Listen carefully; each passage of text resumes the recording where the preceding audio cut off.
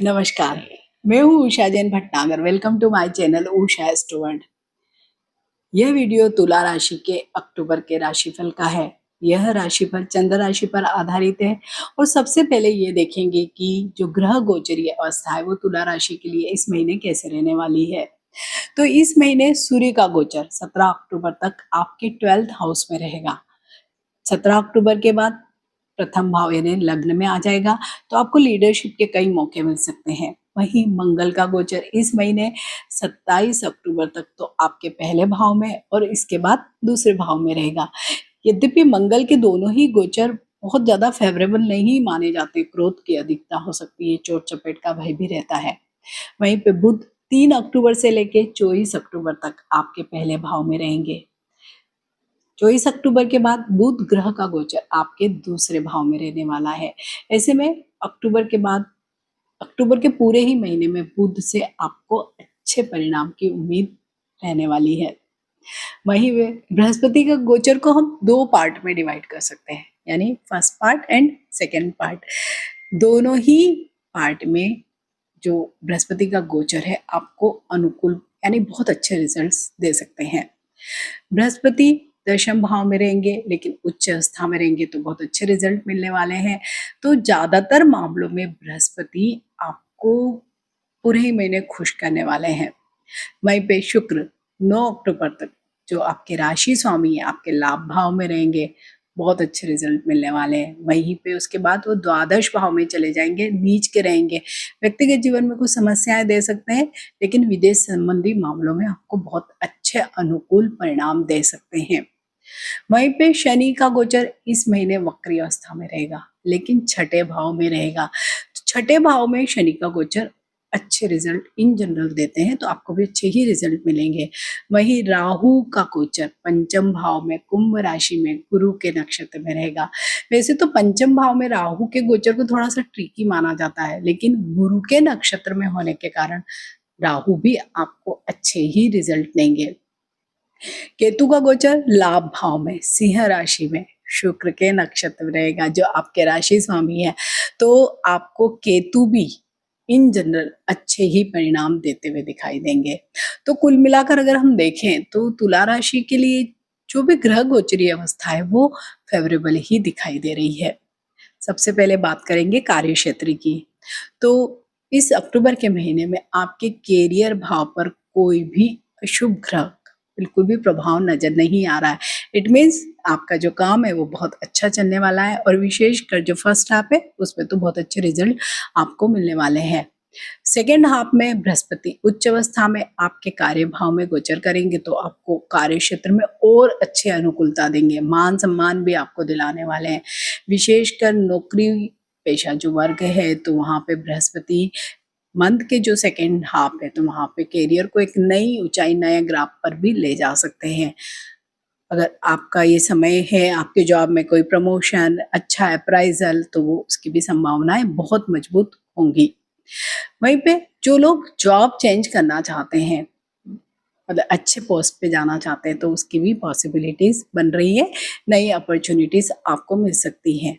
वहीं लाभ भाव के स्वामी की स्थिति इस महीने अच्छी रहने वाली है, तो व्यापार के कारक ग्रह बुध भी इस महीने ज्यादातर अच्छी स्थिति में रहेंगे। तो 24 अक्टूबर के बाद और भी ज्यादा अच्छी स्थिति में बुध आ जाएंगे, तो और ज्यादा मंथ एंड में आपको ज्यादा प्रॉफिट वाली स्थितियां विशेषकर व्यापारी वर्ग के लिए रहने वाली है।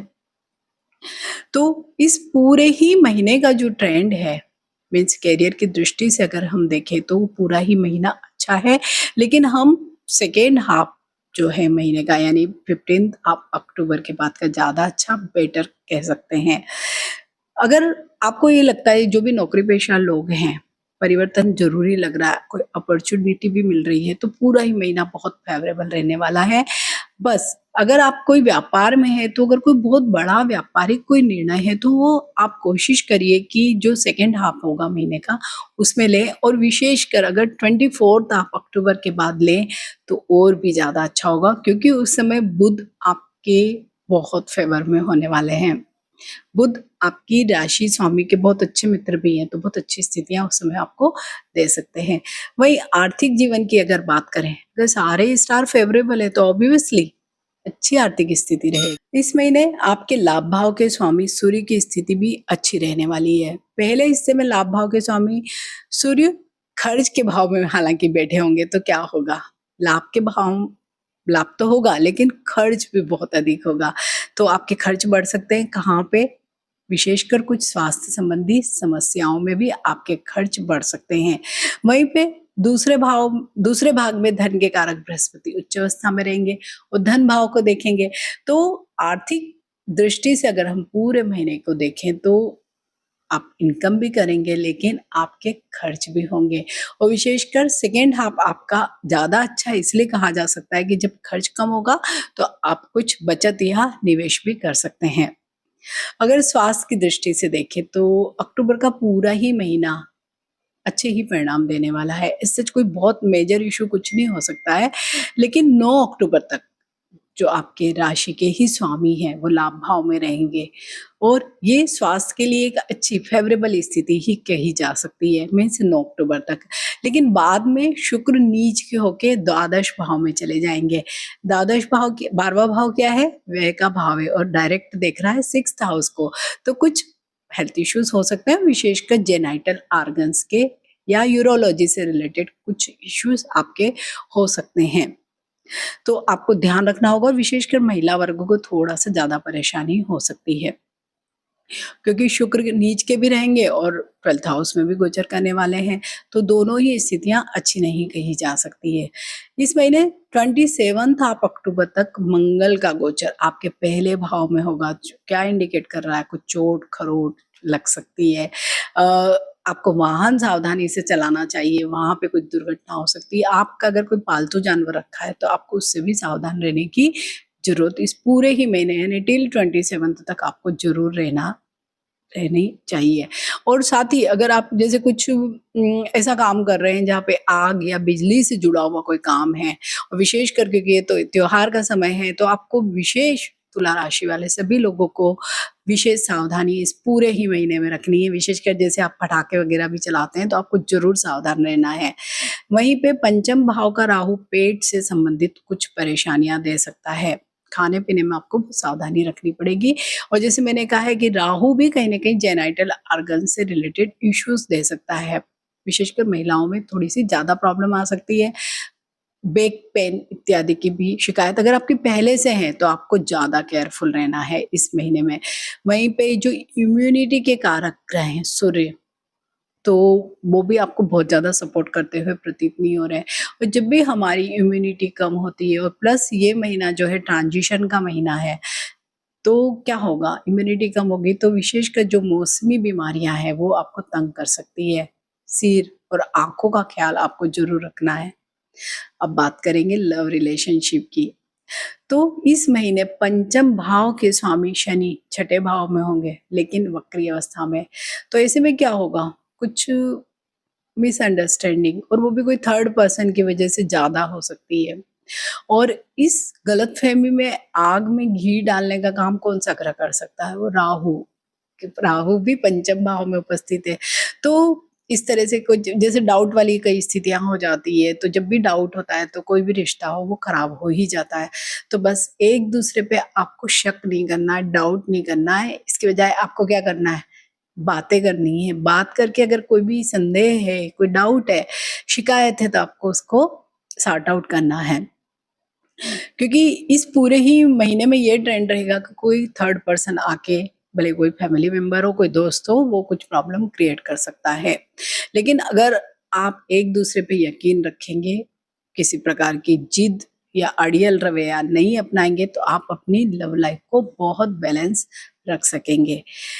हालांकि बृहस्पति और शुक्र के आशीर्वाद से संतुलन बन ही जाएगा, लेकिन कोशिश आपको भी करना पड़ेगा। वहीं पे विवाह से संबंधित अगर कुछ बातें आपकी चल रही है तो बातें आगे बढ़ाने के लिए जो फर्स्ट हाफ है मंथ का, अक्टूबर का, वो ज्यादा बेटर है बजाय के सेकेंड हाफ के। अब बात करेंगे जो लोग पहले से ही विवाहित है उनका ये महीना कैसा जा सकता है। क्योंकि सप्तम भाव का स्वामी पहले भाव में रह के सप्तम भाव को देखेगा। तो ज्यादातर अच्छी स्थितियां इस समय नहीं होती है। कुछ न कुछ तनाव या मतभेद पति पत्नी के मध्य हो सकते हैं, अनबन की स्थितियां बन सकती है। और अगर पहले से कोई स्थितियां चल रही है तो हो सकता है कि इस समय में और वो ज्यादा बढ़ जाए। विशेषकर जिनकी कुंडली में भी अगर कोई अच्छे स्टार नहीं चल रहे हैं, विवाद के योग हैं, दशाएं अनुकूल नहीं है, तो इस गोचर के कारण और भी ज्यादा उनके व्यक्तिगत जीवन यानी कि वैवाहिक जीवन में कुछ न कुछ समस्याएं खटास आ सकती है। लेकिन ऐसी परेशानियां अगर आ रही है तो आप लोगों को क्या करना है? बहुत ज्यादा कम्युनिकेशन या विवाद से बचना ज्यादा जरूरी होगा। अगर कम कम्युनिकेट करेंगे तो विवाद भी कम होगा। अगर पारिवारिक जीवन की बात करें तो अक्टूबर का महीना यहाँ पर भी थोड़े से कम ही अच्छे रिजल्ट देता दिखाई दे रहा है, क्योंकि कैरियर वो सब चीजें अच्छी दिख रही है।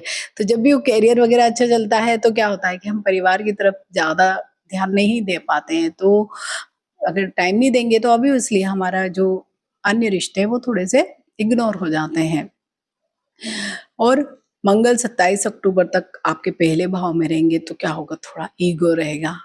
आप दादागिरी वाला जो नेचर होता है ना कि सबको मेरे अंडर में रहना है, वैसा ही वाला व्यवहार करेंगे तो ऐसे में क्या हो सकता है, सब लोग आपसे नाराज रह सकते हैं। तो यही नाराजगी आपको अपने अन्य परिवारजनों के व्यवहार में देखने को मिल सकती है। हालांकि दूसरे भाव का कारक, दूसरा भाव क्या है, परिवार का कारक है बृहस्पति, आपको अनुकूल परिणाम देने की कोशिश करेगा। मीन्स कहीं ना कहीं जैसे होता ना, कुछ बात किसी ने बिगाड़ी तो आप थोड़ा सा बैलेंस करने की कोशिश कर सकते हैं। भाई बहनों के साथ संबंध सामान्य तौर पर ठीक ठाक रहेंगे। पारिवारिक जीवन जैसे कि जो आपका मेन जो वैवाहिक जीवन है उसकी तुलना में आपके भाई बहनों के साथ आपके संबंध अच्छे रहेंगे। तो ऐसे में ये जब भी इस तरह का भी कोई सिचुएशन आती तब भी वैवाहिक जीवन बहुत खराब होने लगता है। तो आपको बैलेंस जरूर इस पूरे ही महीने बनाना ही पड़ेगा।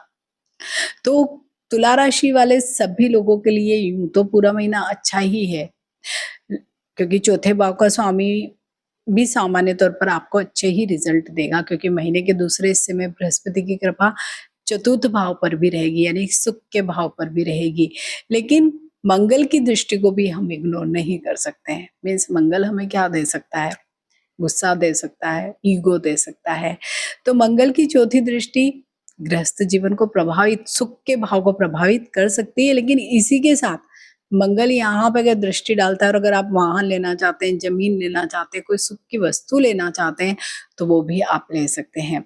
इस पूरे ही महीने आप एक चीज जरूर फॉलो करना, किसी से भी गिफ्ट या कोई भी मुफ्त की चीज बिल्कुल मत लेना। तो आप देखेंगे कि कहीं ना कहीं स्टार्स आपको सपोर्ट करने लगेंगे। अपनी जो डेली जो आप रूटीन है उसको बहुत बैलेंस रखेंगे तो ज़्यादा बेटर रहेगा, हेल्थ ठीक रहेगी। पिता या पिता तुल्य व्यक्तियों को आप जितना रेस्पेक्ट करेंगे उतना अच्छा रहेगा। शुक्र का जब भी हम प्रभाव अच्छा चाहते हैं तो आप जितना महिला वर्गों को सम्मान देंगे, उनके प्रति आदर की भावना रखेंगे तो आप देखेंगे आपके कई सारे प्रॉब्लम्स यूं ही सॉर्ट आउट हो जाएंगे। क्योंकि तुला राशि वाले लोग बहुत आवेश में जल्दी आते हैं, तो वो जितना संतुलित रहेंगे उतना उन लोगों के लिए अच्छा रहेगा। तो आप सभी लोगों के लिए ये महीना बहुत अच्छा रहे, इन्हीं शुभकामनाओं के साथ साथ ही आप सभी लोगों को दीपावली की भी अग्रिम शुभकामनाएं। नमस्कार।